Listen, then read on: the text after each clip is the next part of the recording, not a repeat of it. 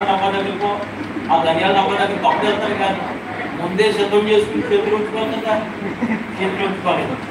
అరగడికి చేయట్లేదు. చందన brothers bag తీసుకున్నాను.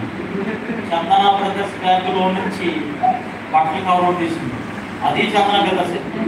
అందులోంచి పావుదిని కవర్ తీసింది, ఆ పావుదిని కవర్లోంచి ఇంకో కవర్ తీసిందంటూ ఆ కవర్లోంచి లలిత జ్యువెలర్స్ బ్యాగ్ తీసింది, ఆ బ్యాగ్లోంచి ఆ మాత్రం కట్ తీసింది. నేను లైవ్లో చూస్తున్నాను, ఇది ఎలాగ లైవ్లో ఉంటాను. లైవ్లో చూస్తుంటే ఈరోజు ప్రభు మనం గొప్పగా ఘనంగా దర్శిస్తున్నాడు అనుకుంటున్నాను. ఆవిడ ఆ కట్టెలో తీసుకుంది. అప్పుడు 2000 రూపాయలు ఖైదులు ఉంటే అవన్నీ అలా కడుతున్నాను. వెనక 2000 తీసేస్తుందేమో అనుకున్నాను, తీయలేదు. ఆ తర్వాత 500 వచ్చింది. ఓ ఫోన్లో ఇది తెలిసిందేమో లాగనైపోయిన అనుకున్నాను. మళ్ళీ 500 వెళ్ళిపోయినాను. మళ్ళీ ఎంత వచ్చింది? 200 వచ్చింది. 200 వెనక్కి అవుతుంది. మళ్ళీ ఇంత గొప్పగా దిగజారిపోతుంది ఏంటి అనుకుంటాను. ఆ 200 మళ్ళీ వెనక్కి వెళ్ళిపోయింది. 100 వచ్చింది. 100 ఇలాగ ఎంత 3 నెలలు ఇంకా 10 వచ్చింది. ఆ తర్వాత 50 వచ్చింది.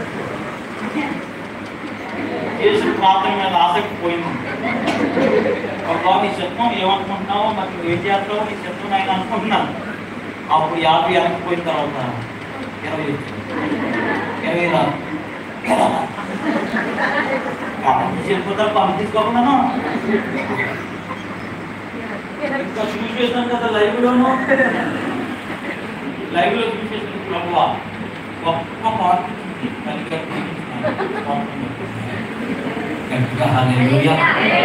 అలాగే చెప్పి వచ్చేసినాను. అప్పుడు అన్నాను ఇది కూడా కూర్చొస్తామని ప్రార్థన చేసి ఏమన్నాను అంటే మళ్ళీ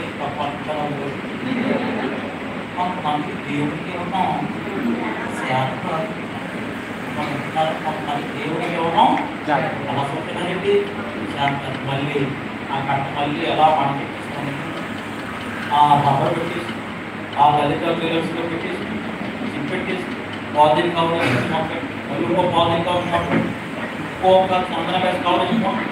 ఆ తర్వాత అసలైన బ్యాగ్లో పెట్టింది, అది హ్యాండ్ బ్యాగ్లో పెట్టింది, తలగట్టండి. పంట వెళ్ళిపోయింది.